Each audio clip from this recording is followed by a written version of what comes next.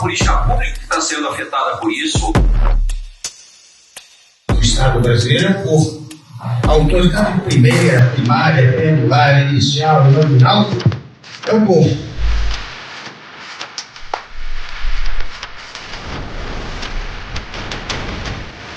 Como é que é o olhar de vocês para as políticas públicas?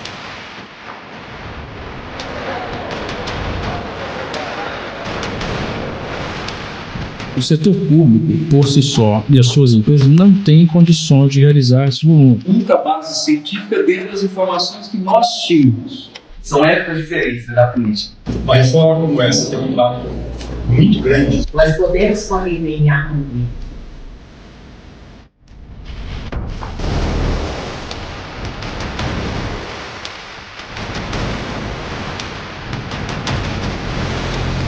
Tem um ponto que é polêmico, mas sempre também a gente alguma hora tratar seriamente.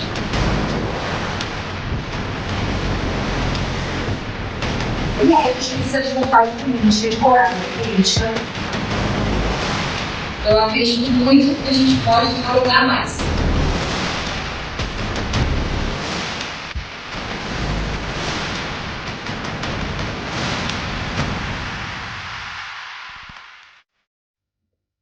Bom dia, boa tarde, boa noite, boa madrugada para o amigo internauta que nos assiste em algum lugar do mundo, em algum horário maluco. Estamos aqui hoje numa formação muito bacana, vocês já vão conhecer os nossos convidados de hoje.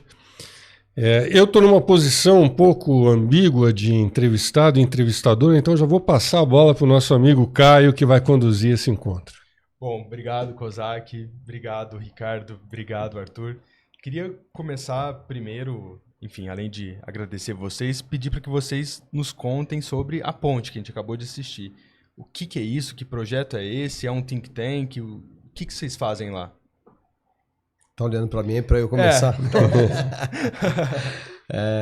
Nós começamos juntos, né, esse projeto, então, enfim, nós vamos falar, acho que tudo aqui a gente vai fazendo um jogral e vai se complementando. Mas, enfim, acho que a ponte nasceu de uma sensação, de uma intuição nossa, que acho que, principalmente, a princípio, a nossa geração estava chegando num limite de distanciamento da política, um limite de uma não discussão, até com amigos sobre política, né? Política começou a se transformar num tema até meio que proibido, né? Nos debates mais comuns e mais necessários e cotidianos. E a gente começou a achar que esse limite era muito perigoso, mesmo à nossa volta, né? No nosso mundinho ali, nosso grupo de amigos, o não falar de política, o abandonar a política, virar as costas, não é uma coisa saudável para a gente como cidadão, como pessoa, para a gente como pais, né? Alguns já avós. Não é saudável a gente se distanciar tanto da política. A nossa geração, de certa maneira, gosta muito de política, é próxima da política, mas se envolveu pouco diretamente com a política, né? A maioria de nós, nesse grupo especificamente, são pessoas que são profissionais liberais, empreendedores e tal, e foram para a iniciativa privada, se distanciaram um pouco da política, apesar de gostar do tema.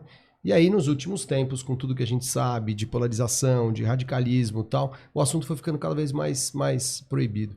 E a gente ficou incomodado com essa questão da gente só falar sobre política próximo à eleição, começar a perguntar quem vai votar, se tem alguma dica de algum vereador, esse tipo de coisa. A gente falou, não estamos mais na idade de ficar, né, dando de ombro para um assunto tão importante como esse. A gente precisa fazer alguma coisa, mesmo que seja uma coisa insignificante, né?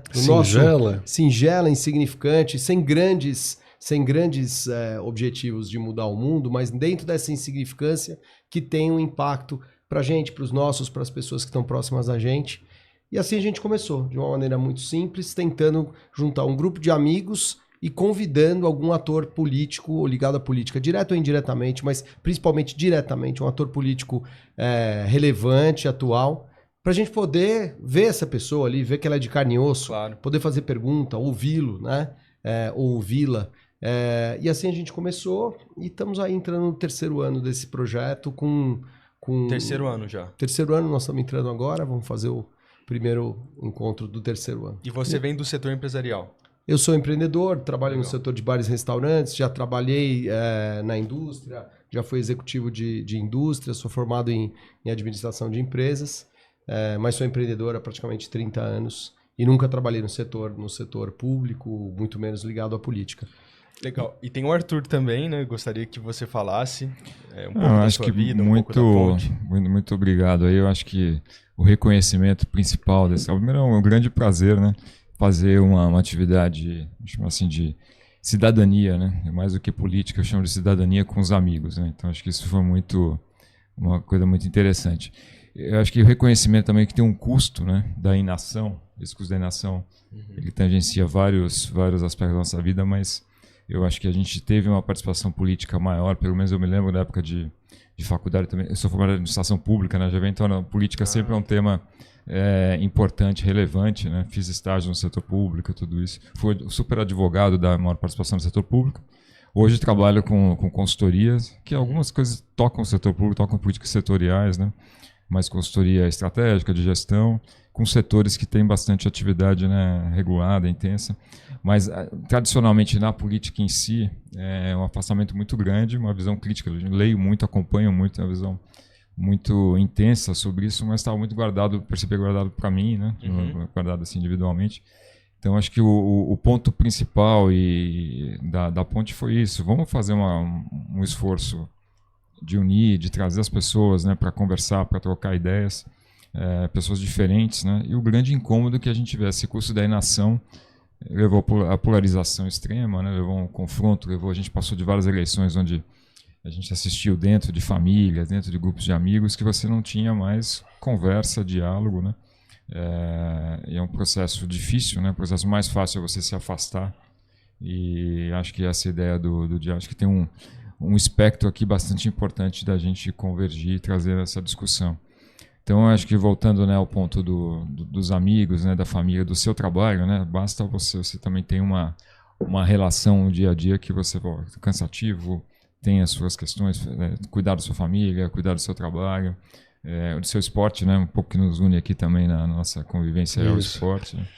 Isso que eu ia destacar. Eu acho que tem um ponto que é muito bacana, acho que ficou claro na fala deles, que isso não é atividade profissional nossa. A gente faz isso, é quase um hobby, é uma coisa que a gente se dedica, que a gente dá bastante importância, mas não tem nada a ver com as nossas atividades profissionais. Aliás, eles foram muito humildes, né? Porque esse aqui que começou a falar, e foi bom, porque eu reputo que a ideia da ponte, ou pelo menos a primeira animação veio do Ricardo Garrido. É um super empresário de sucesso aqui, com um império gastronômico que ele comanda. O Arthur também falou de consultoria estratégica, mas ele é um craque, uma autoridade em energia, em clima e sustentabilidade, representa o Brasil lá fora. Depois a gente vai ter um momento para falar do protagonismo do Brasil no ramo de energia verde, que eu sei que é um assunto que ele... E destacar também que, né, somos todos GV. Quase foi uma mesa 100% GV, quase, né? Se o professor José Márcio tivesse dado o ar da graça aqui, mas, enfim. GV São Francisco tá assim, tá próximo. Tá próximo. Com-irmãs. Não fomos colegas, eu comecei a administração pública na GV um pouco mais tarde que o Arthur. O Ricardo é um garotinho, tá cheirando leite. Nosso estagiário. E fizemos um pedaço do mestrado junto, inclusive com o Zé Márcio. Mas fomos o mesmo intercâmbio. Eu e o Luizão também é super humilde aqui, mas a autoridade moral aqui, acadêmica aqui nossa aqui também, né? Fora a carreira profissional dele. Mas eu acho que é legal falar que a organização da ponte é feita por 8 amigos. A gente brinca, o Malan chamou a gente de G8, né, que é o grupo de 8 amigos. O Malan criou o G8 pra gente. E essa amizade entre o grupo de 8 amigos que derivou na ponte é uma amizade que pode ter tido alguns conhecimentos antigos, como eu e o Arthur, por exemplo, que a gente se conhecia, mas o grande elo que se formou entre esses 8 foi o esporte, notadamente a corrida, primeiro. Aqui nessa mesa, 9 maratonas, 4 maratonas, 5 maratonas, são 14, 23 maratonas já corremos junto aqui. Não todas juntas, mas, enfim, tem um passado de esportista aqui. Mas essa amizade foi além das pistas. E aí, quando é que foi, Garrido? Há 2 anos atrás? A gente começou, na verdade, no final das eleições, né? Isso. De 22, veio essa questão que a gente falou, né? Pô, será que é só próximo da eleição que a gente se interessa mais, se aproxima? Tá uma eleição, obviamente, muito polarizada, radicalizada, uma eleição muito importante no país. E aí, nesse momento, um dos organizadores também do G8 da Ponte, o William, patrocinou um encontro com na época já a deputada federal Tabata Amaral, que estava buscando a reeleição. E a gente e esse foi um encontro então pré-ponte, né? O William fez esse encontro com a deputada, a gente conhecia ela de longe, aquela coisa, né? Que eu acho que é uma das missões da ponte, que é encurtar esse caminho, né? Sim. A gente conhecia a Tabata pela televisão, por algumas entrevistas, alguma coisa aqui, outra ali, né? Tínhamos uma simpatia, mas não conhecemos profundamente. E aí a potência desse encontro, com você ver um ator político falando ali, né, na sua frente, você tem a possibilidade de levantar a mão, deputada, então, mas como é que é isso, como é que é aquilo? E ela de carne e osso ali respondendo, interagindo, né, com o grupo, de uma maneira um pouco mais íntima, num grupo pequeno de pessoas, foi fascinante, eu achei fascinante aquilo, todo mundo ficou extremamente fascinado, falou, por que a gente faz isso à beira da eleição? A gente devia fazer isso sempre, né? Sim. A gente trazer pessoas que a gente sabe que gostam ou que estão precisando, né, debater e abrir um pouco a cabeça. Nós vamos aprender, né? Uhum. Nós vamos discutir, nós vamos aprender com os outros, vamos aprender com os convidados. E a gente acho que vai, a partir de um grupo de amigos, acho que a gente vai estar fazendo uma ação comunitária, uma ação colaborativa, uma ação pró-sociedade civil de verdade, né? Porque eu acho que é uma das coisas também que é um gap da nossa geração, além desse afastamento de ação política, é uma ação na sociedade, né? Claro. A gente tem a amizade, né? A amizade o social é a amizade, é correr e tal, mas e a produção para a sociedade, né? De alguma coisa que a gente possa dizer que tem um legado, mesmo que seja muito pequeno, que o impacto seja limitado a um grupo de pessoas, mas que é uma ação social, né? A gente trabalhando, se doando um pouquinho, cada um indo buscar uma pessoa, tendo uma ideia, colaborando, organizando, né? Dá um trabalho, a gente recebe de 100 a 130 pessoas por encontro, tenta fazer mensalmente esses encontros. Então acho que é muito legal, né? Esse movimento de a partir de uma amizade, de um grupo de pessoas que arregaçam as mãos, vamos fazer alguma coisa pró-sociedade de verdade, né? Com algum tipo de impacto e fazendo com que esse grupo vá aumentando paulatinamente, aumentando seu impacto, trazendo novas gerações, que é um tema muito importante para a gente, trazer filhos e netos, né?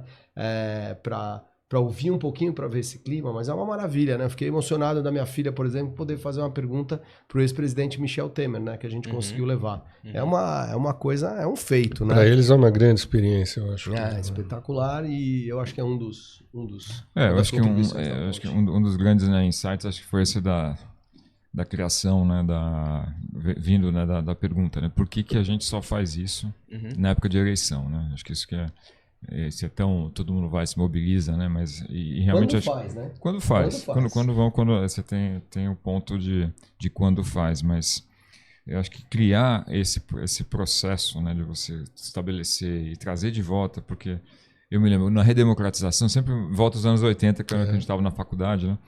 Era muito mais comum, né? Você tinha um engajamento maior, assim, quando eu estava no segundo colegial, quando foi a eleição de 82, foi uma eleição importante.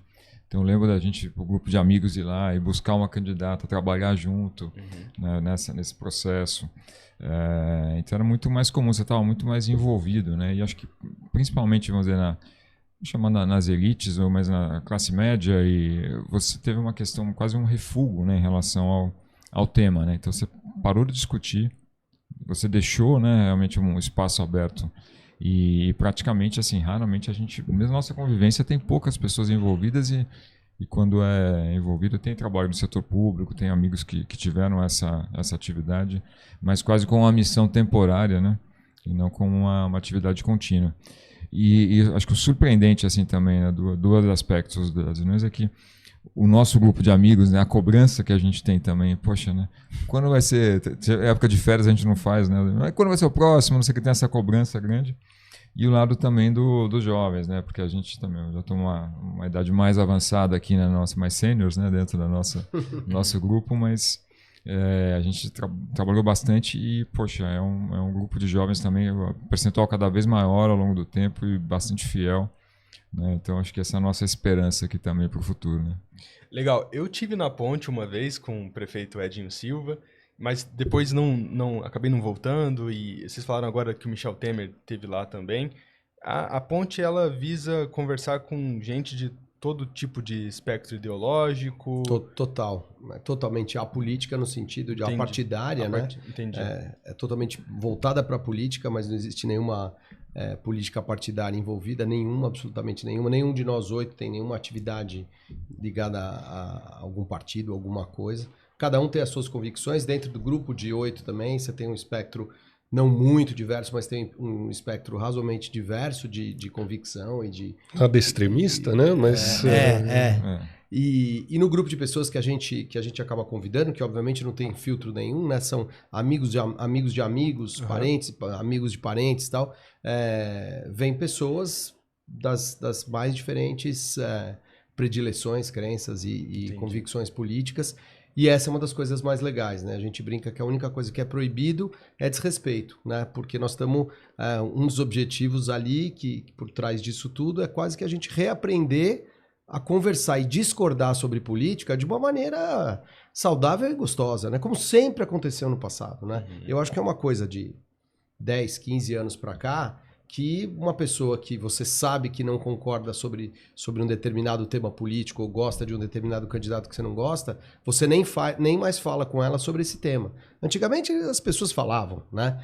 Uma pessoa votava no Maluf, outro votava no Covas, e as pessoas falavam sobre isso, e às vezes discutiam com um pouco mais de força, mas como quase se discute sobre, sei lá, futebol, religião, outros temas que a gente pode concordar ou discordar. Não tinha essa virulência do cancelamento atual, né? Cancelamento do extremismo e até dessa coisa do tipo, não pode conversar, né? Melhor não conversar, porque isso pode descambar até para ameaçar a amizade, né? Ameaçar uma relação familiar, que é um absurdo total, né? Porque a política deveria ser exatamente o lugar do debate, né?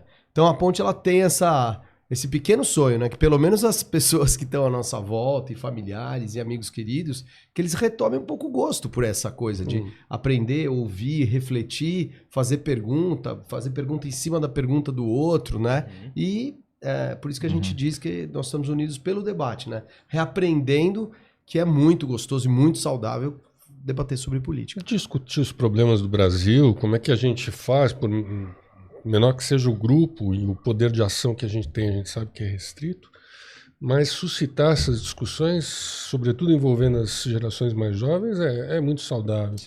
E eu acho que tem um plus a mais, que a gente também, talvez até inconsciente, acabou reforçando uma ideia de que a política é muito importante.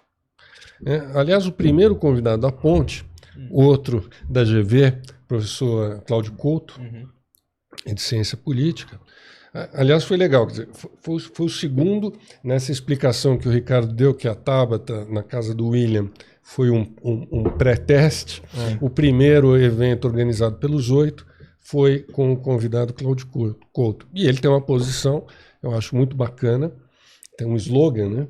Não há salvação fora da política, é assim, né? Alguma coisa como isso. Mas, ou seja, valorizando a questão da política, da relação política para enfrentamento dos problemas, podendo representar a sociedade como um todo, né?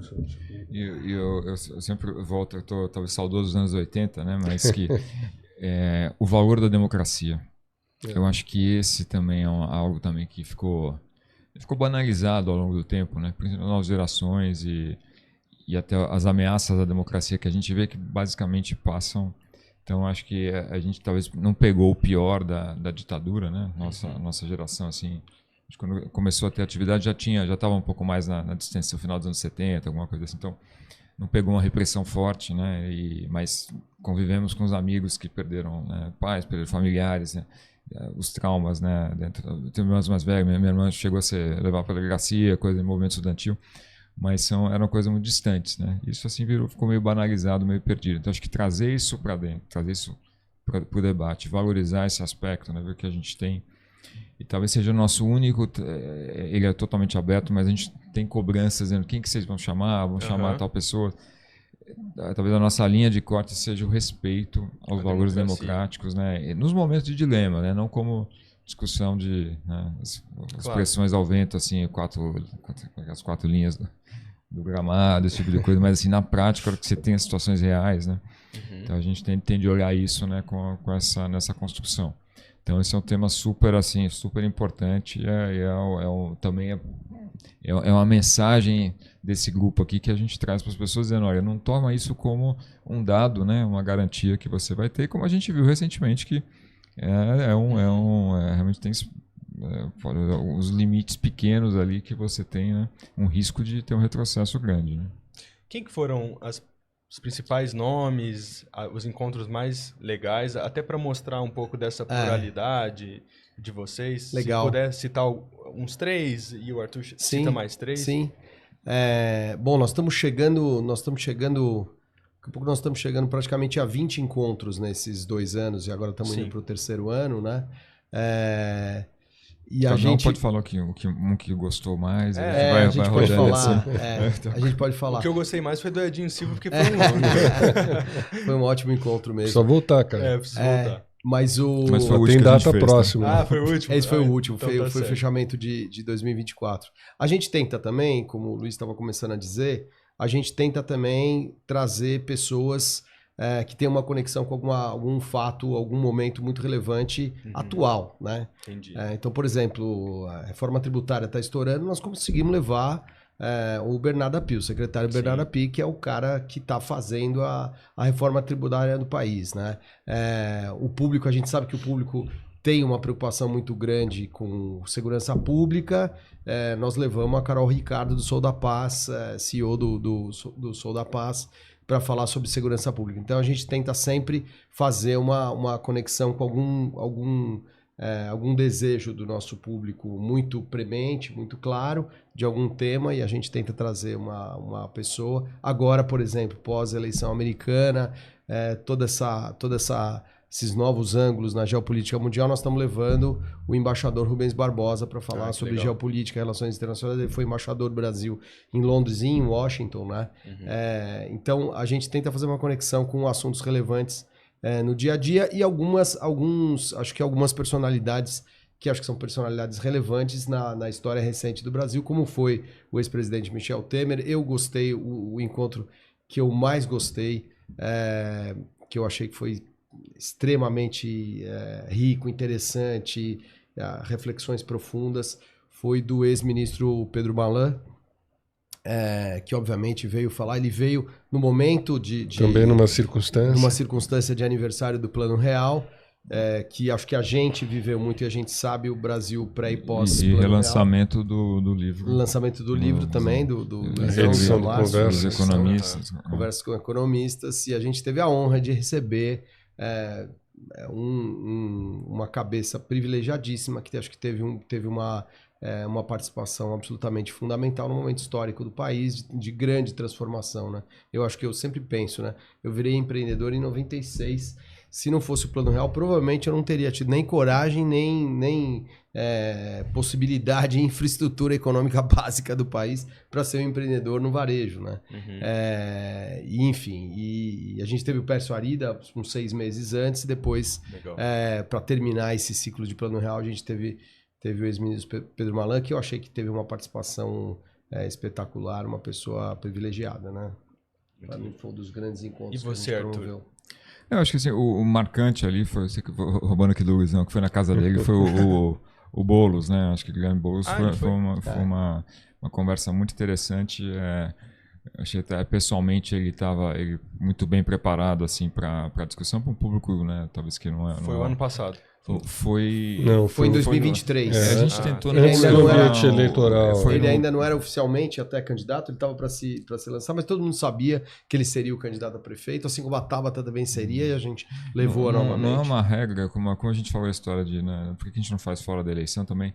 Perto da eleição, trazer os candidatos, fora que a gente até tentou. Então a gente trouxe a Tabata antes, trouxe a Tabata foi até depois do Boulos, né? Tentamos o prefeito Ricardo Nunes algumas vezes. Tentamos fortemente, muitas vezes levar o prefeito, e infelizmente a gente não Marçal conseguiu. vocês nem tentaram. O Marçal estava fora do nosso espectro no primeiro momento, mas acho que ele não a gente não levaria. Mas justamente para não ter perto da eleição, para não ser... assim. Eu vou aproveitar o gancho do Marçal que você falou para falar do nosso amigo José Marçal. José Márcio Rego, que eu brinco que ele é o Zé Marçal, porque ele migrou as conversas do analógico para o digital. E eu queria dizer que esse podcast aqui, o Conversar, conversa muito com a Ponte, apesar de formatos diferentes, de públicos diferentes, mas tem de certa forma o mesmo espírito. Tem uma unidade de propósito. Exatamente. Exato. Né? De ouvir posições antagônicas, do respeito pelo debate, pelo diálogo. Tanto é que o Zé Márcio, ele é bastante entusiasta da Ponte. José Marçal. Ele, inclusive, ele fala várias vezes, senador, ele me chama de senador, né? Por favor, eu quero ser chamado de senador. Pois não, vamos começar. Vocês têm que ir levar o convidado de vocês no podcast, que aí vocês vão ter 5 mil, audiência de 5 mil pessoas, não só 100. Ele gosta muito, tal, mas ele fala, vocês têm que vir aqui. E no dia que a gente vem... Ele não veio. E quando traz o convidado, às vezes ele segura um pouquinho, o convidado chega atrasado. O senador aqui é vitalício, tá? Isso aqui já foi. Mas eu já conversei com o Zé Márcio sobre isso lá na Ponte, né? Porque ele toda vez que ele vai, depois que acontece, ele fala, é tão incrível, vocês conseguem trazer uma personalidade tão importante e tanta gente bacana, tanta pergunta bacana que acontece, isso deveria ser espalhado para mais gente. Ele tem razão, mas acho que foge um pouco até do nosso escopo inicial, de não querer ou não colocar como uma missão transformar, aumentar o impacto disso colossalmente, né? A gente se contenta com amigos e amigos de amigos que vão e que voltam, e depois um não vai e vem outro, e acaba criando um universo, e a gente tem certeza que muitas daquelas conversas, né?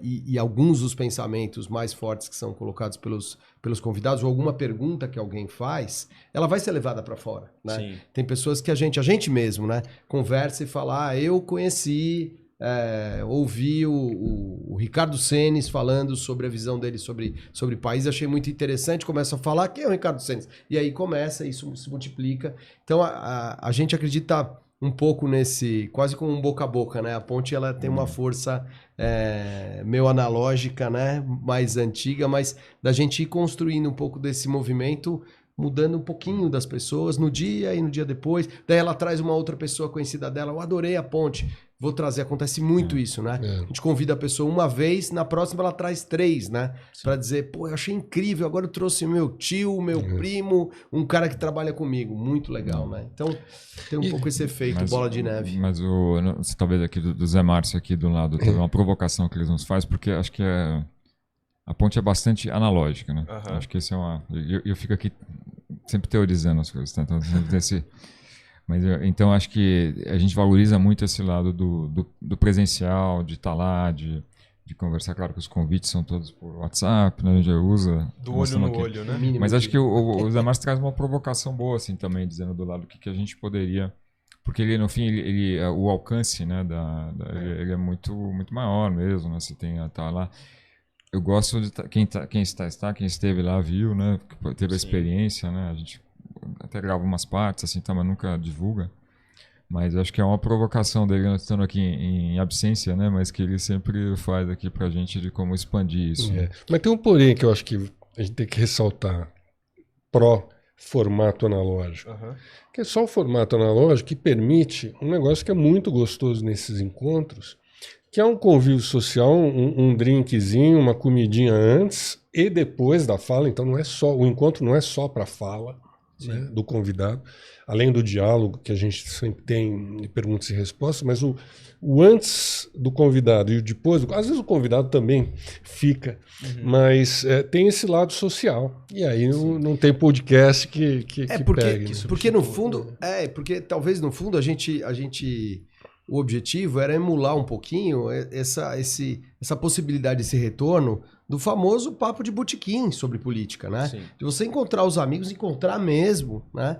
E um amigo que você sabe que pensa de uma maneira diferente, né, do que você tá lá com ele com o maior prazer e ouvindo uma pergunta dele com respeito e ouvindo um ângulo com respeito, depois dizendo, né? Desafiando um pouquinho ou aprendendo. Eu falei, puta, aquilo que você falou é muito legal, não sei o que e tal. Que é uma coisa do presencial e que é a coisa do diálogo real mesmo, né? Sim. Em parte, eu tenho essa convicção, acho que em parte o afastamento e o radicalismo, ele é também um pouco subproduto do excesso da revolução digital, né? Onde você está mais protegido, você só está na sua bolha, que as perguntas são aquelas que você gosta, que as ideias são que você gosta, e quando aparece alguma coisa da bolha diferente, parece que no digital é uma ojeriza que vira agressividade, né? E que no dia a dia ela não acontece, né? Normalmente não é assim, né? Até entre os políticos a gente sabe que é assim, né? Eles se frequentam, então, ali todos juntos, e às vezes num debate, num podcast ou numa rede social, eles são extremamente agressivos, né? Sim. E ali, quando a gente tá junto, a gente percebe que todos somos seres humanos, acertamos, erramos, as ideias não são tão radicalmente diferentes assim. Então eu acho que esse lado social e esse lado presencial analógico mais antigo da ponte, acho que ele tenta resgatar um pouco dessa questão. E os temas não são temas que se resolvem com o tweet, né? Então acho que esse é um pouco do lado que precisa de tempo, precisa de maturação, precisa de realmente de dialética ali, né? De você ouvir e retornar. São temas, é importante estimular isso, e acho que mais fácil no ambiente, né, presencial, né? E há pessoas que se odeiam no ambiente digital, mas que se encontrassem pessoalmente se aturam, melhores amigas. E vocês tiveram alguma surpresa positiva nesse sentido de convidar alguém que você odiasse, obviamente, mas que você entendesse que era uma pessoa talvez muito radical ou que pensasse diferente de você, e ali na ponte, convivendo, vendo ela pessoalmente, conversando, você mudou completamente de opinião? Ou sempre já tem uma... Eu acho que talvez a pessoa que tem uma imagem mais radical que a gente levou na ponte foi o Guilherme Boulos. O deputado Guilherme Boulos, que tem essa imagem toda ligada ao movimento sem teto, a essa questão de habitação e tal. E como o Arthur falou, né, ele se mostrou extremamente razoável, discutiu, conversou, ouviu algumas perguntas muito duras e debateu de uma maneira muito serena, muito inteligente e tal, concordando, discordando, sendo provocado ou não. E eu acho que o melhor do encontro do Boulos, independente de discutir aqui as ideias que ele trouxe, mas foi ver uma pessoa com imagem radical discutindo ali com pessoas com pensamento bem à direita, provocando no bom sentido uma pergunta mais aguda, e o debate tem ocorrido de uma maneira muito, muito bacana, né? Acho que foi educativo ver a possibilidade de duas pessoas de campos opostos debatendo. Acho que essa é a parte mais legal da ponte, né? Mas outras surpresas também aconteceram. Assim, para mim um fato curioso, assim, um pouco assim óbvio, assim, mas interessante também que cai a ficha, né? A gente recebeu o ex-presidente Michel Temer e uma conversa lateral, foi a primeira pessoa mais relevância que a gente... Não lembro se foi o governador, foi antes ou ele foi depois. Não, mas acho que o Michel Temer foi antes do João Dória. E na conversa preliminar ali, a gente explicou um pouco do processo, como é que é, né, como é essa discussão. E aí o Ari, que é o nosso colega ali, perguntou para ele... Do G8? Do G8, Presidente, tem algum tema que o senhor não gostaria que não fosse abordado? Né? E aí ele olhou assim pra ele e falou: eu sou político, eu tô preparado para responder qualquer coisa, né? Essa coisa assim que a gente vê tanto, né? Talvez essa coisa ou da lacração, ou da agressividade extrema, né, online. E, pô, realmente no dia a dia, evidente, no parlamento tem situações tensas, tem situação de vias de fato, quase vias de fato, mas eu acho que o lado positivo, né, do político é um cara que está disposto a olhar, também é um lado que ficou político funcionando de algo negativo, né? Quando você vê no parlamento alguém que também que dialoga, que tem que estar preparado para resolver impasses, né? As coisas assim que a gente vai perdendo, né? O caminho está preparado para receber a bola mais quadrada possível, né? Então, sim. Eu ia destacar também, me lembrei agora, que foi o segundo encontro que a gente fez, que eu até hoje acho que foi um encontro positivamente muito surpreendente com a deputada estadual Marina Elô, que acabou de aprovar agora, né, um projeto importante dessa questão dos celulares, né, na escola, da proibição dos celulares dentro das escolas. A gente também é uma coisa que virou um pouco clichê, de todo mundo falar mal de político, que todo político, sei lá, não presta, não sei o quê, ou não trabalha, ou rouba, não sei o quê e tal. Que é um chavão também que diminui essa questão e nos afasta cada vez mais da política. Sim. E como o Luizão lembrou, tudo acontece pela política. Não adianta a gente pensar de maneira diferente. E aí, de repente, vem uma jovem deputada estadual de São Paulo, não muito conhecida, a gente conhecia um pouco do trabalho da Marina, e ela fez uma participação brilhante, mostrou uma capacidade, um conhecimento, uma potência, né?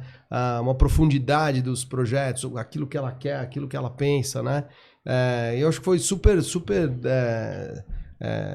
luminar, assim, né? Você vê uma jovem política com pouco tempo, sabendo que ainda tem muito o que fazer, respeitando o tempo da política, com uma postura madura, assim. Eu achei muito legal a participação dela. Depois a Tabata é uma outra política, acho que muito... Só muito prática também. Né? Muito prática, como é que funciona a questão? Olha, a gente é minoria na Assembleia Legislativa, mas...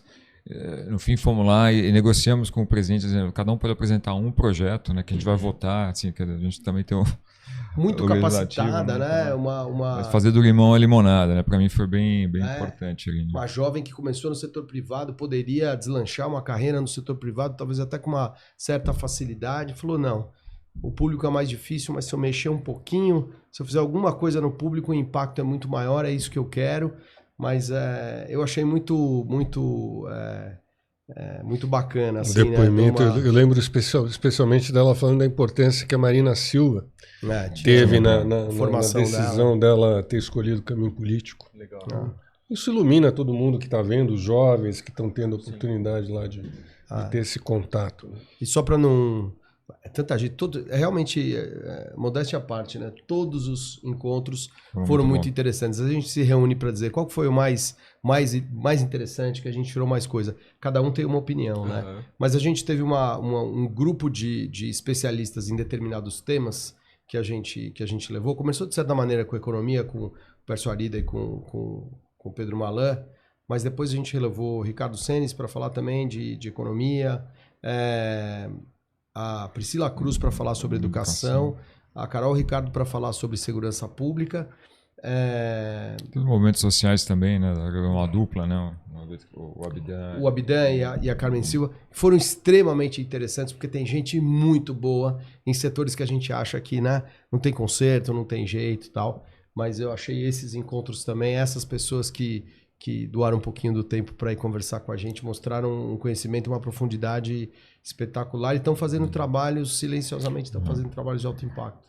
Eu não fui nessa reunião, eu tava fora, mas o Abdan é um vereador, né, aqui de Embu das Artes, né?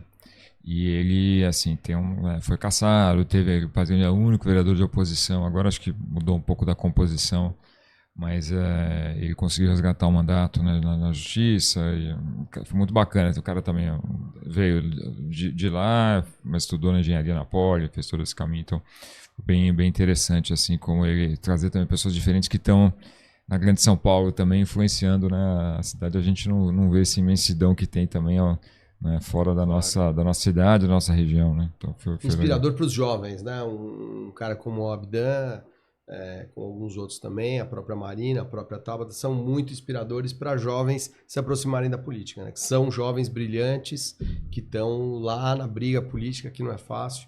É bem inspirador também. Acho que falando dos jovens também tem um detalhe que vale a pena lembrar e contar aqui para o amigo internauta, que a gente procura, bom, todos temos filhos na faixa aí de 17, 18, ou talvez as tuas sejam as mais novas, né? 18, 20. Até 30 anos, e a gente sempre escolhe um deles para fazer a apresentação inicial do convidado que vai falar. É um jeito de envolvê-los, de também dar uma experiência de falar em público, de se envolver com o projeto. E a gente tem essas trocas também entre eles, com a gente, é muito bacana. Bom, a gente está falando de juventude, mas 2026 está aí, né? Não dá tempo de pensar, né, nesses jovens para a presidência da República. Eu queria que vocês que estão próximos aí da política, né, do poder, analisassem esse cenário. 2026, nós temos aí duas forças políticas, né? De um lado o lulopetismo, do outro lado o bolsonarismo, sem o Bolsonaro. Vocês acham que é possível sair dessa conjuntura? É uma terceira opção? Uma terceira via? A eterna busca, né, da terceira via. Eu acho que existe um amadurecimento para essa possibilidade, né? Na última eleição, eu já acreditava que poderia acontecer esse espaço. Na eleição aqui de São Paulo, da Prefeitura de São Paulo, eu também acreditei que poderia se criar esse espaço. Ele não é fácil, tá na cara que não é fácil, né? Por causa da polarização e de como as coisas funcionam, como a comunicação política funciona. Tem dois polos que têm força política estabelecida, muito grande, que grande parte das pessoas continuam ainda presas a esses polos, mas acho que existe depois dos dois polos terem sido testados na presidência da República, nos últimos 2 mandatos, eu acho que existe um clima, uma propensão em muita gente em busca de uma pessoa que consiga ter uma posição mais de centro, mais equilibrada dentro dos grandes temas, né? Eu acho que é sempre difícil essa posição, porque a pessoa de centro, para discutir os problemas complexos, ela precisa de muito tempo, né? Como a gente aqui, né? Precisa de 1 hora para falar sobre uma coisa como a ponte. E eu acho que o tempo da política hoje em dia, o tempo da comunicação política, ele é muito mais rápido e a lacração é muito mais fácil do que uma exposição de, sei lá, 15 minutos para dizer sobre um tema. O problema é que os grandes temas, os grandes problemas nacionais, eles não são resolvidos com uma lacração, né? E eu tendo a acreditar que os políticos mais moderados, mais reflexivos, mais de centro, eles têm chance de trazer soluções mais robustas para os grandes temas, soluções de longo prazo. E eu acho que existe um clima maior para que isso aconteça, né? Eu acho que existe um desgaste dos dois polos e eu acho que existe um desejo de uma parte grande da população, que eu acho que ela é maioria num primeiro momento, mas depois ela, na ausência de um candidato que converse com ela, essa maioria ela vai diminuindo, né? Eu acho que existe 20, 25% em cada um dos dois polos radicais, e depois você tem 50%, 60% no meio, esperando por uma voz mais centrada. E eu acho que existe um clima para isso em 26. Acho que alguns candidatos vão se apresentar, alguns um pouco mais à direita, alguns um pouco mais à esquerda, mas eu acho que candidatos interessantes. Quanto tempo a gente tem ainda? Quantas horas aí para debater? depois resolve. Mas, cara, 2 aspectos. Primeiro, acho que a gente tem sempre que tentar, né? Eu acho que, até também olhando historicamente, em torno do centro, onde teve a maior parte da política gravitou em torno do equilíbrio, né, dos centros e os extremos eram mais extremos e mais, né, exceção. Então, a gente nunca debateu isso aqui tá cada um de nós. Eu acho difícil essa força gravitacional dos extremos ser dissipada até o ano que vem. Eu assim, acho difícil. Então, acho que vai ter tentativas, né, no centro. Talvez que vão aprender que, né, os extremos vão tender a favorecer alguns capacidade de diálogo ou enxergar o espectro um pouco maior em direção ao centro, tá? Eu acho que esse caminho, então, um radicalismo muito grande talvez seja um evento negativo, né? A gente vê pelos candidatos alternativos aí ao Bolsonaro, tal, também tende a olhar um pouco se consegue navegar um pouco mais em direção ao centro, né? Como um dos critérios, né? Embora A gente teve a experiência do Paulo Marçal, quer dizer, alguém que pega esse discurso e usando mídia social, usando tudo isso, tem um impacto enorme, quase chegou no segundo turno, né, desbancando um candidato tipicamente da esquerda e o candidato que seria, teoricamente, o candidato mais conservador, o atual prefeito. Né? Então, esse do lado que eu acho. O segundo aspecto que eu ia colocar, assim, dentro de uma teorização aqui grande, eu acho que a gente está vendo um questionamento, não sei se uma decadência da nova república. Então, acho que isso está escancarado, assim, que a gente vê a base da Constituição de 88. E acho que essa decadência, né, vem dos três poderes, né, disfuncionais, né, como a gente está vendo. Então, a gente gosta da eleição do executivo, é o principal tema, mas o executivo é muito fraco, né, já vem fraco, talvez da Dilma, né, acho que a Dilma já teve uma situação muito frágil, né, uma parte do ovo da serpente aqui, né, que você começou essa questão do orçamento secreto, orçamento afirmativo, esqueci o nome do termo aqui, começou lá, né, com ela, né, e o Temer até foi o governo mais estável que teve nesse período, mas basicamente ele fez uma grande coalizão, né, um semi-presidencialismo, como ele chama.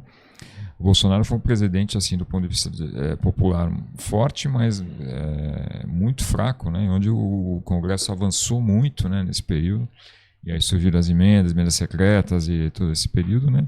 E agora a gente vê também, né, o governo Lula, assim, com a eleição, tudo isso, né, esse mandato, mas muito mais enfraquecido em relação ao legislativo. Então, eu acho que talvez o ponto para assistir além da eleição do executivo o Senado renova 2/3, né?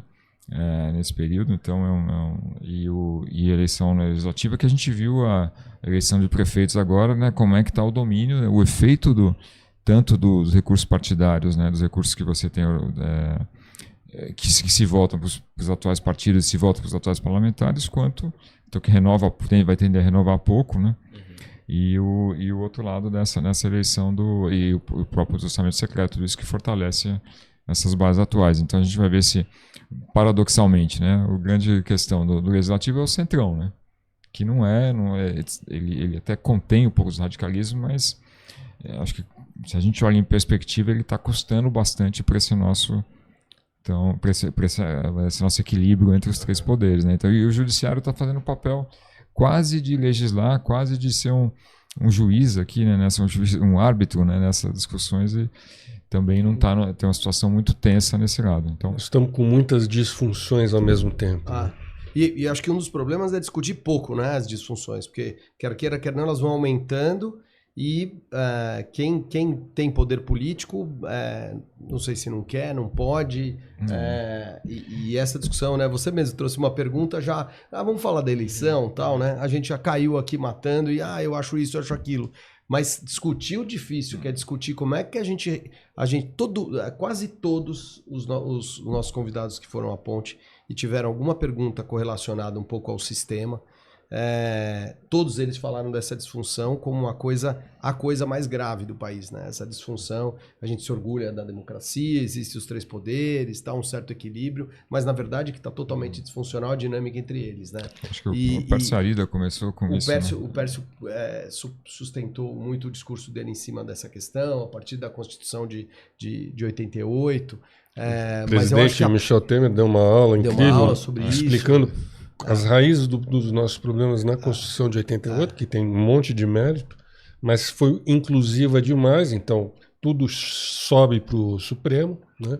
Então também foi uma matéria muito interessante. Vários falaram sobre isso, principalmente sobre essa disfunção entre do funcionamento dos poderes, não tem nada a ver com a questão partidária, de quem não é, tal, mas essa disfunção que está chegou definitivamente no judiciário também e tal, é uma coisa que precisa ser resolvida, né? Porque senão a gente vai ficar discutindo nomes. Outro dia eu vi o Gabeira, que eu acho que é um jornalista tão, né? Um ex-político e jornalista tão equilibrado também. E ele nadando contra a corrente num dos textos dele, dizendo, ficamos discutindo a política de dia a dia, o nome, se é esse ou aquilo, então nós não estamos discutindo os grandes problemas, né? Os grandes temas que são temas de fundo, que depois sobre eles a gente consegue ou não construir alguma coisa, mas enfim, tomara que a gente consiga discutir. E o embaixador Rubens Barbosa tem muito essa pegada, né? Precisamos discutir os problemas do Brasil precisamos entender a inserção que a gente quer para o nosso país. Para como transformar sociedade. o Brasil, nós temos que voltar a pensá-lo. Exato. E isso está faltando, né? Total. A produção de diagnósticos amplos, né? Não só econômicos, mas também jurídicos, políticos. Sem dúvida. E para contribuir com esse diagnóstico, existe algum nome que vocês têm muita vontade de levar para a ponte, que já tentaram, não conseguiram, ou que nem tentaram ainda, mas querem tentar? Barack Obama, né? E o Papa Francisco. Algum mais próximo, assim? A gente está tentando e continua tentando, né? Nomes como o governador Tarcísio de Freitas é uma pessoa que eu acho que o nosso grupo teria enorme interesse em conhecer um pouco mais das ideias, aprofundar um pouco, tentando enxergar se ele é esse cara da direita que vai conseguir trazer um pouco mais de equilíbrio para esse lado. O prefeito de Recife, João Campos, é um nome que está se transformando num nome nacional muito interessante, e o grupo também tem muito interesse em conhecer. A gente tem esforços para trazer. O prefeito de São Paulo, que a gente não conseguiu trazer durante a campanha, mas agora eleito, talvez ele tenha mais tempo, possibilidade de ir lá, e todo mundo gostaria de interagir, conhecer o prefeito da sua cidade. O ex-prefeito Gilberto Kassab, né? Assim, acho que seria muito interessante para o cenário político, né? Muito legal. E vocês sabem que com esses candidatos, não, de novo cometi o ato falho. Esses convidados, muitas pessoas teriam interesse de participar da ponte, inclusive pagando e caro. Mas vocês não têm esse interesse de institucionalizar a ponte, de transformá-la num modelo de negócio? Algo? Um dos fundamentos da ponte é que ele é um projeto sem fins lucrativos. Ele é uma ação entre amigos para retomar. Mentira, a gente está avisando o IPO da ponte. O IPO em criptomoedas. A gente faz ali meio na raça, todo mundo contribuindo. Mas enfim, é um projeto vivo, né? Sim. Ele pode, né? A gente estava brincando sobre a questão analógica ou digital. Ele poderia ser um podcast também, lógico que poderia, seria um barato, né? Acho que seria um barato a gente estarmos nós quatro aqui com um personagem importante da política. Tem que trazer os quitutes aqui. Tem que trazer o vinho e tal, tem uns truquezinhos já nossos lá. Muito bom. Pão de calabresa e tal, tem uns patrocinadores, né? Mas enfim, acho que é um projeto vivo, né? Mas na essência, ele é um projeto que não tem nenhum objetivo nem político e nem econômico. Ele é autofinanciado pelos participantes, tem uma pequena taxa de participação, que aliás a gente bonifica os sub-30, né, os abaixo de 30 anos. Pagam meia. Legal. E de fato, a gente quer que seja um grupo, não precisa todo mundo conhecer todo mundo, mas precisa, entre os 8, pelo menos ter uma referência, você chegar, né, como você chegou, através de um de nós. E alguma atuação política? Vocês têm vontade de atuar politicamente, não só fora da política, mas também, eventualmente, tentar um cargo, alguma coisa assim? Ou acho que isso não passa na cabeça de nenhum dos dois? Passamos da idade já, estamos trabalhando indiretamente para que as pessoas, os mais jovens, se interessem, se alimentem. Acho que a gente não tem essa. Eu, particularmente. Acho que não é o objetivo. Não está fazendo, não exclui, né, dentro dos projetos as pessoas, alguma coisa, mas realmente não é o objetivo, né? Não seria nenhum pecado se acontecesse, mas realmente não tem esse objetivo. Tem uma função do evento em si pelo evento, né? Conseguir trazer os amigos, conversar, melhorar, né, o diálogo e o conhecimento e essa capacidade também de ouvir, né, como algo principal benefício em si, né? No começo você citou, você colocou eventualmente, será que a ponte é um think tank, né, alguma coisa do tipo, que ela não é também, hoje em dia, porque eu acho que a gente não consegue ainda ter tempo para sistematizar a produção, alguma produção de conhecimento que acontece ali. e transformar isso em alguma coisa ou propositiva, ou multiplicar alguma coisa que está acontecendo lá. Isso não acontece ainda, isso até às vezes a gente pensa, né, em como a gente é cobrado também por isso. Como a gente conseguiria multiplicar uma parte desse conteúdo que está acontecendo ali e de uma maneira mais sistemática, ou através de propostas, ou através de resumo daquilo que aconteceu, esse tipo de coisa. Poderia ser uma evolução muito legal se a gente conseguisse ter um pouco mais de tempo de dedicação ao projeto. Mas hoje a gente é feliz também com esses objetivos singelos, né? Com esse ambiente mais familiar, né? Assim, tem uma expressão na consultoria que a turma fala assim, que trabalhar em magic time, né? Quer dizer, que você faz coisas além do seu trabalho normal, você descobre umas horas lá, né, mágicas, né? E o pessoal faz coisa muito boa, né? Esse nosso trabalho aqui é meio magic time, né? Todo super dedicação, e a gente está lá e faz as reuniões no final do dia, e organicamente alguns se dedicam mais, e meus colegas dedicam muito mais do que o tempo que eu dedico aqui, faço, né, essa questão. Mas acho que é um tema super importante, assim, que você faz com a sua dedicação, qualidade de vida não tem um objetivo. E assim, eu trabalho muito com entidades do terceiro setor, né, que tem então, think tanks, e realmente é nobre, né, tem que ter uma super estrutura, né, de dedicação para isso. Eu gosto muito porque tem muita gente jovem trabalhando, gente de qualidade trabalhando nessas entidades, então você vê que era uma coisa que a administração pública, a gente falou, o setor público ou privado, né, quando a gente fazia a faculdade. Hoje tem várias entidades que têm para fazer muitas coisas legais e tem uma intervenção, às vezes, né, indireta, né, e de bastante efeito sobre políticas públicas, sobre atuação social. Eu acho que também é um outro aspecto legal. A gente até pode trazer mais pessoas desse âmbito aqui também, que é o terceiro setor, né, que é uma coisa nova. E o embaixador Rubem Barbosa, ele está fazendo, não sei se é mesmo um think tank ou é alguma coisa mais voltada para também discutir problemas brasileiros, né? Então talvez documentar isso e tal. A gente não tem esse objetivo, né?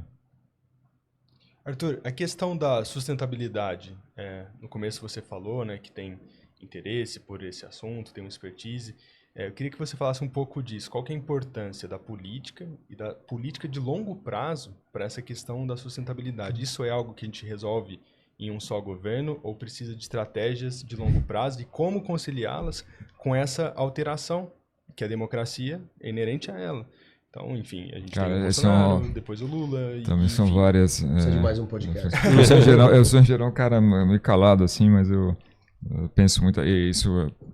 Esse papel hoje da sustentabilidade é muito, muito importante, muito relevante. Acho que o problema, né, ele é claro, né? Ele é claro que existe ali um problema das catástrofes que a gente está vendo. Então, acho que não é algo abstrato, não é uma coisa mais de cientistas, não é uma coisa mais acadêmica, né? Então, e acho que até muito se a gente olhar 10 anos atrás, as críticas aos cientistas, eles estavam sendo muito alarmistas, e acho que eles estão errando assim, para baixo, né? Porque todo o tema do 1,5 grau, que seria o objetivo máximo do Acordo de Paris, né? Foi atingido ano passado, quer dizer, a gente já está caminhando. Agora você começa a falar, o Acordo de Paris é abaixo dos melhores esforços, né? Abaixo de 2, de evitar o aquecimento acima de 2 graus centígrados, né? Com consequências assim trágicas, assim. Se você for falar, tem países que não vão conseguir criar, né, vamos dizer, animais, né? Se chega a 2 graus, assim, tem, né? Principalmente os países mais próximos do Equador, né? E, claro, o derretimento das camadas polares. Então tem um monte de coisa que a gente vê acontecendo, né? E, assim, olhando para o Brasil, a gente leva muito para investidores internacionais, porque o Brasil é um hub de soluções climáticas, né? Um grande potencial de investimentos. E fundamentalmente porque ele tem uma base de recursos naturais assim ímpar, né? Assim, não tem nenhuma situação no mundo que você tenha as condições já da energia hoje atualmente, né? Aproveitando recursos hídricos, mas do ponto de vista de insolação, do ponto de vista de perfil dos ventos, né? Então a gente tem uma agricultura, né? Assim, já com práticas sustentáveis, né? Enorme potencial. E tem uma natureza para recuperar que a gente degradou bastante, mas ainda assim é a maior floresta tropical do mundo. Então a gente fala de natureza, agricultura, energia, né?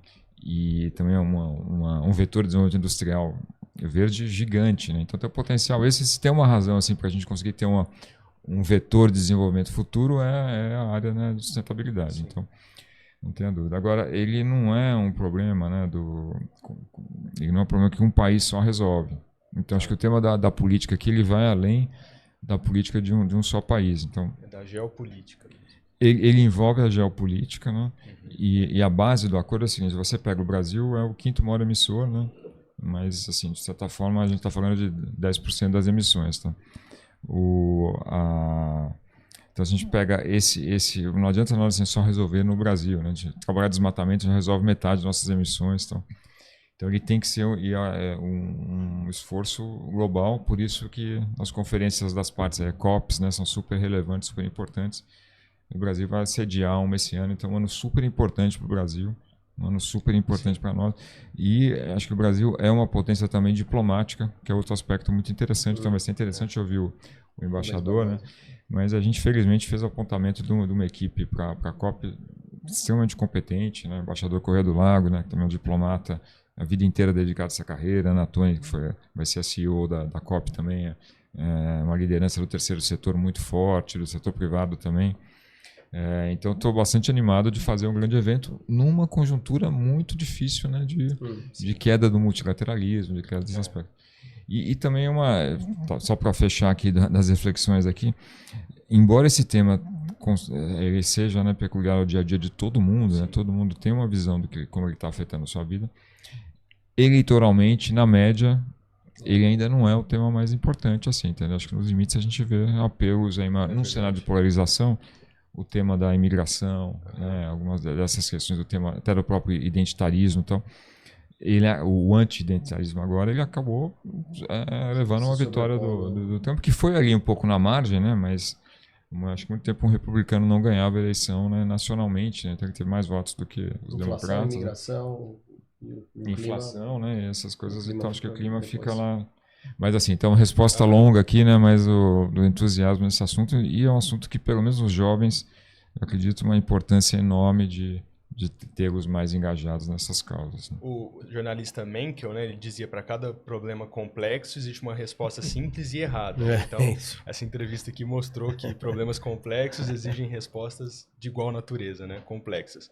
Para fechar, Ricardo e Arthur, só o que vocês pretendem, o que vocês vislumbram da ponte para os próximos anos, daqui 2, 3 anos, quais que são os seus sonhos em relação à ponte, o que vocês querem ver acontecer com ela, e, enfim, agradecer desde já a entrevista, achei que foi muito legal. Agradecer o Kozak também, que foi entrevistado e entrevistador ao mesmo tempo. Fez acho que ele deveria começar respondendo aqui. Fiz a ponte. Já que você fez a ponte. Vai você nessa, Luizão. O que você espera dela para os próximos anos? Bom, no mínimo que a gente continue realizando esses encontros, né, com a taxa de sucesso, de engajamento, inclusive com os filhos, com a geração mais nova. Acho que se a gente conseguir isso, já é uma grande vitória. Mas você falou dos grupos temáticos, né? Eu acho que explora mais esse lado, que eu acho que é importante. De repente a gente consegue ir por esse lado também. Você que é entusiasta. Não, eu acho que eu ia falar isso, eu ia falar, se daqui a 2 anos existir a ponte, eu vou estar muito feliz já, né? Porque significa que o projeto manteve a relevância e a gente continuou realizando. Eu acho que a gente pode evoluir um pouco mais nas questões temáticas e na produção um pouco de conteúdo e sistematização e multiplicação desse conteúdo para aumentar um pouco o impacto e o conhecimento das pessoas que estão à nossa volta. Não ficar só naquele dia, mas provocar um pouco mais as pessoas, trazer as pessoas para potenciais visitas ligadas àquele tema, tal, que a gente possa caminhar um pouco mais nessa troca e nessa criação de conhecimento. Mas se daqui a 2, 3 anos a gente estiver ainda aqui falando sobre isso e tendo esse hub de debate, eu vou estar muito feliz. E aproveito para agradecer você e o Zé Marcos pelo convite, pela provocação da gente botar um pouco a cara para fora para falar desse projeto que é meio ensimesmado, né? E a gente ir um pouquinho pro digital com a ponte. Mas não podia ser lugar mais pertinente, né? O canal chama Conversar. Isso. Na Itapeva aqui, né? Do lado da Na GV. Itapeva. Lado da GV, estamos em casa. Eu diria que também recuperar meus amigos aqui para corrida também. Acho que voltar para as origens aqui também, esse é o nosso objetivo aqui. Boa, pessoal, muito obrigado, viu? Convido também vocês a voltarem assim que puderem. Eu que te agradeço, cara. Foi excelente. excelente. Esse papo, que é um Muito papo obrigado. interminável. Foi muito bom. Foi Muito ótimo, obrigado. Caio. Obrigado, viu? Obrigado, pessoal. Valeu.